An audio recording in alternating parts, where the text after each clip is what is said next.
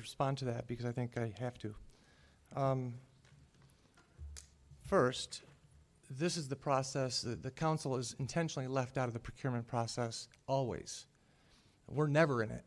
Okay, so when they bring forward a bid to us, we're never a part of that process.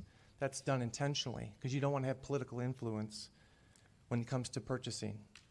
And that's done for a good reason. And now, one of my concerns now, and just so you know, this firewall was put between the council and the task force very intentionally so that we wouldn't have political influence on the task force, so that they can work freely, independently, without any influence from petitioners, political, community, anyone.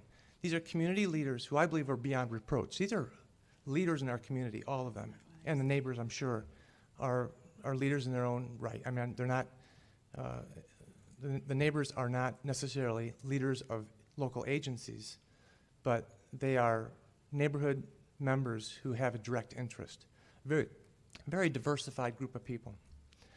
So it was designed intentionally to have a firewall between the council and the public and the task force. And it worked very well because this group was able to work in what they believed was the best interest of the community. And so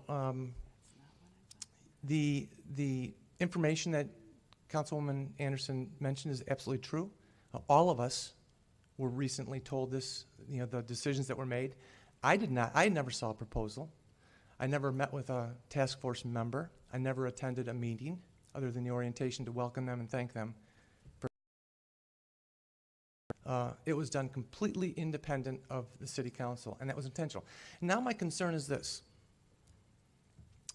is that I don't want this to have political influence, because bad decisions can be made when that starts to happen.